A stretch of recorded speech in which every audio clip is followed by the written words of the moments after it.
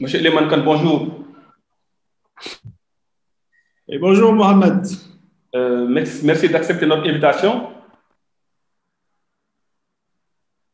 Ce qui vous remercie votre étude. Alors, je rappelle que vous êtes fondateur et président de l'ONG Lex Africa, un groupe de réflexion panafricain basé à Dakar. Et auparavant, vous étiez directeur exécutif du Forum civil, la section sénégalaise de Transparency International. Vous avez été aussi responsable de gouvernance au sein de l'ONG Oxfam pendant 6 ans. Et avant cela, en 2009-2011, vous avez été président et cofondateur de l'Institut panafricain ISAF Kanfor à Mour au Sénégal. Alors, M. Khan, l'objet de notre discussion, c'est la situation qui prévaut à Dakar actuellement. Est-ce que vous pouvez un peu revenir un peu sur qu'est-ce qui a poussé aujourd'hui à la nation, au peuple sénégalais de se soulever contre le régime de Macky Sall? Oui, bien évidemment. Donc, on a vécu surtout cette semaine dernière des moments assez difficiles au Sénégal. Et il faut dire que les émeutes qui ont eu lieu ici, il n'y a jamais eu de précédent. C'est même beaucoup plus violent que ce qu'on a connu le 23 juin 2011. Alors, donc, ceci est parti tout simplement d'une affaire civile qu'une jeune Sénégalaise d'une vingtaine d'années déposée contre un député et chef de parti qui était candidat à l'élection présidentielle passée, où il s'est retrouvé même troisième avec à peu près 15% de voix. Et cette affaire a rapidement dégénéré à une affaire politique d'abord, parce que la réponse de l'accusé a été une réponse politique après avoir accusé un peu d'un complot du régime contre lui. Et ceci a favorisé les premiers mouvements de ses partisans pour venir le soutenir. Mais rapidement, cette affaire a dégénéré pour devenir une véritable crise socio-économico-politique dans laquelle il faut comprendre beaucoup de choses. Parce qu'on s'est vu que non seulement elle s'est nationalisée, c'est-à-dire que ce n'est pas seulement à Dakar où réside l'opposant concerné, M. Ousmane Sonko, mais c'est presque sur tout le territoire national. Dans plusieurs localités différentes, il y a eu des manifestations et des manifestations assez violentes. Et on s'est rendu compte que finalement, ce n'était pas seulement des rassemblements de soutien, mais il y a eu beaucoup d'actes de vandalisme, des commerces saccagés, les biens publics saccagés. Donc, tout le pays était en sens dessus. Et donc, c'est devenu vraiment des émeutes assez préoccupantes. Donc, du coup, on se rend compte que, en fait, cette affaire-là a été peut-être un alibi pour les populations et une sorte d'étincelle que le pouvoir a donné aux populations qui avaient emmagasiné des frustrations depuis très longtemps, avec des élections qui se sont mal passées, des candidats qui ont été recalés injustement, donc qui ont été écartés de la course de la présidentielle 2019, mais également beaucoup d'autres problèmes. Récemment, voyez-vous, ces jeunes qui mouraient en mer, Barça, qui sont retenus, qui n'ont pas de préoccupations autres, qui n'ont pas d'espoir, qui n'ont pas d'occupation, je voulais dire. Mais il y a eu les inondations qui ont affecté beaucoup de familles dans certaines villes et quartiers, et les problèmes endémiques de l'emploi des jeunes, le problème de ces populations laissées pour compte dans les politiques publiques. Et face à cela, une certaine arrogance qui est constatée tout simplement au niveau de l'élite dirigeante et des problèmes, des scandales de détournement de deniers publics, de fraude, corruption, etc., qui en fait ont émaillé le pays depuis quelques années. Et il faut dire que ceci aussi renvoie d'une certaine déception parce que quand le régime passé a été a été changé en 2012, c'était aussi dans une forte lutte donc, des citoyens. Mais également, c'était parce qu'il y avait des problèmes de principes constitutionnels qui étaient posés, à savoir le fait que l'ancien président voulait avoir un troisième mandat. La plupart des personnes qu'on a vues qui sont en train de manifester, ils se dirigent vers les magasins. C'est-à-dire, c'est comme si, en fait, voilà, c'est des pillages, c'est des casses dirigés contre les intérêts français, notamment Auchan. Est-ce que c'est une question de gouvernement ou bien c'est une question de souveraineté économique, cette question-là, au-delà des questions politiques aujourd'hui de soubassement? Oui, on peut dire qu'il y a de tout cela. Parce qu'une question de souveraineté économique, c'est vrai, au-delà des aspects de gouvernance que je venais d'évoquer, parce que depuis un certain temps, il y a eu quand même un discours qui est devenu de plus en plus populaire, qui montre en réalité comment nos États en Afrique subsaharienne sont un peu toujours captés par l'impérialisme occidental, surtout français. Et cela se vérifie par les types de contrats avec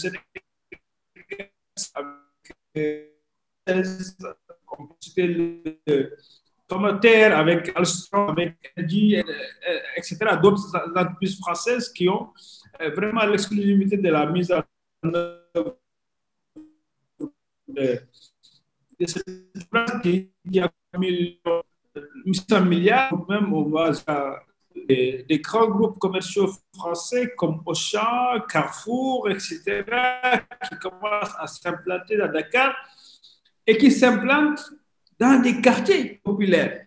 Voyez-vous? Et donc, ces grandes surfaces qui ciblent la classe moyenne, mais une classe moyenne qui vit également à côté d'une classe pauvre et qui voit les gens chaque jour entrer à Auchan, partir avec les sachets, mais qui, eux, n'ont pas les moyens de le faire.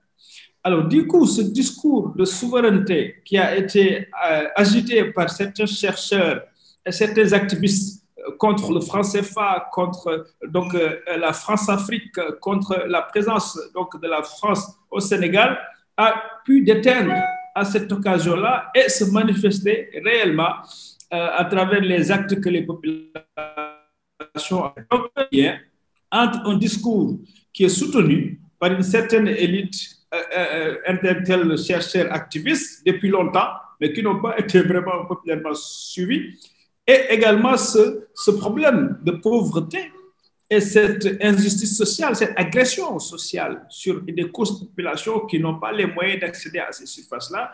Et donc, il a fallu cette occasion pour que, au niveau de certains quartiers, les gens aillent directement attaquer ces grands magasins, particulièrement les magasins Auchan, et les dévaliser. Et tout simplement, on voyait que c'est des scènes assez extraordinaires où les gens s'intéressaient d'abord à ce qu'il y a à manger. Et donc, ça, c'est un signe assez important qui montre qu'en réalité, les gens ont des problèmes. Et ces émeutes-là sont aussi quelque part les émeutes de la faim, les émeutes des inégalités. Alors, revenons sur la question politique aujourd'hui. Est-ce que ce qui se passe actuellement entre Macky Sall et Ousmane Sonko ne radicalise pas davantage les populations vis-à-vis de l'échiquier politique national? Parce qu'à un moment donné, les gens avaient peu de confiance aux politiques, mais est-ce que ce problème ne va pas encore davantage créer un autre problème à travers des dissensions sociales et qui sont en fait les conséquences des problèmes politiques au Sénégal? Absolument. Et je pense que cette affaire qui est partie de cette petite affaire d'accusation de viol ou d'adultère, je ne sais pas, mais en réalité est devenue effectivement une véritable arme de revendication sociale. Et c'est justement ce qui s'est passé et ce qui veut que la population s'intéresse et pose des questions aux politiques pour leur dire que vous ne vous occupez pas de nous. Vous êtes préoccupés uniquement par les enjeux de pouvoir, par vous faire la guerre entre vous, éliminer qui vous voulez pour conserver et rester au pouvoir, ou bien manipuler pour pouvoir accéder au pouvoir ou renverser le régime. Voilà un peu les logiques de l'élite politicienne qui est là, à côté des revendications sociales, économiques qui n'ont rien à voir à cela, mais qui utilisent ce jeu pour s'exprimer.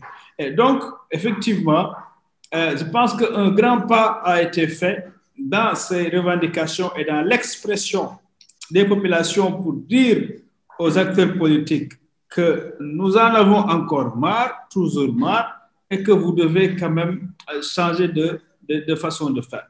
Et donc, je pense qu'aujourd'hui, après ce qui s'est passé, bien évidemment, les politiques, notamment le régime au pouvoir, va devoir revoir ce de vouloir saisir au pouvoir au-delà de 2 mandats que la Constitution consacre au président Macky Sall. Mais également, nous ne sommes pas seulement là pour remplacer un et mettre quelqu'un d'autre, mais nous sommes là pour vous dire, nous avons de sérieux problèmes. Sur quoi peut déboucher ce problème actuellement au Sénégal? D'autant plus qu'aujourd'hui, il y a une grande manifestation qui va durer pour 3 jours encore. Sur quoi peut déboucher cette tension inédite au Sénégal? Tout est possible, parce que les gens en ont marre, les gens sont fatigués, les gens savent qu'aujourd'hui, ils ont un peu le dessus, même sur la réplique de l'État à gérer, à contenir les manifestations. Et donc, ils peuvent se dire qu'ils peuvent aller plus loin, mettre la pression jusqu'au bout pour avoir le maximum de gains possible dans cette lutte. Et il y en a qui agitent aussi des idées qui ne sont pas très, très heureuses, mais tout est possible. Justement, la dernière question, c'est à ce niveau-là. On parle de forces occultes aujourd'hui, chose jamais entendue au Sénégal. Est-ce que c'est dans la politique, c'est des renseignements sérieux ou bien en même temps, oui, vous savez, ça c'est dans la réponse publique du ministère de l'Intérieur qui a évoqué la présence de forces occultes. Bon, c'est vrai qu'il y a des choses bizarres qu'on peut constater. On voit qu'il y a des groupes armés, mais des groupes armés qui appartiennent parfois même, qui sont proches du régime, hein, voyez-vous, et d'autres groupes armés que nous n'avons pas encore identifiés, mais qui sont dans les manifestations, qui attaquent avec des armes à feu, etc. Donc, je ne sais pas, nous n'avons pas cette information, l'intelligence nécessaire en termes de renseignement, mais c'est le ministère de l'Intérieur qui dit qu'il oui, y a des forces occultes identifiées. Mais là, on nous demande d'être beaucoup plus précis, de nous dire exactement quelles sont ces forces occultes-là. Mais ce qui est évident, c'est que le Sénégal, maintenant, intéresse beaucoup de monde. Il y a des enjeux qui aiguisent des appétits. Depuis qu'on parle de pétrole et de gaz ici, mais également il y a le terrorisme qui est à nos frontières, etc. Nous sommes jusque-là restés, donc ça se gardait contre ce terrorisme, mais jusqu'où ça peut mener. C'est pour ça que d'ailleurs il faut éviter des situations pareilles. Parce que n'importe quel groupe privé peut profiter d'une situation de faiblité pour s'infiltrer et aller faire autre chose. C'est pour cela que l'autre tendance qui peut mener vers le chaos est une tendance qu'il faut arrêter net. Et donc, nous nous mobilisons dans cela pour que le calme revienne, pour que les gens évitent d'aller vers des extrémités qui pourraient mettre ce pays dans une situation ingérable et donc ouvrir la boîte de Pandore, donc toutes les possibilités. On ne sait pas jusqu'où ça peut nous mener. Donc, c'est pour cela qu'il faut quand même aller dans le sens de plus de responsabilité de la part des différents acteurs, mais tout en continuant la pression populaire et sociale sur le régime pour que quand même les droits, les libertés, et les questions, les demandes économiques soient réglées par ceux qui sont au pouvoir. Merci beaucoup, M. Ilimane Kane. C'est moi qui vous remercie, Mohamed. C'est un grand plaisir. Je rappelle que vous êtes président, fondateur et président de l'ONG Lex Africa, ONG panafricaine basée à Dakar. Merci beaucoup.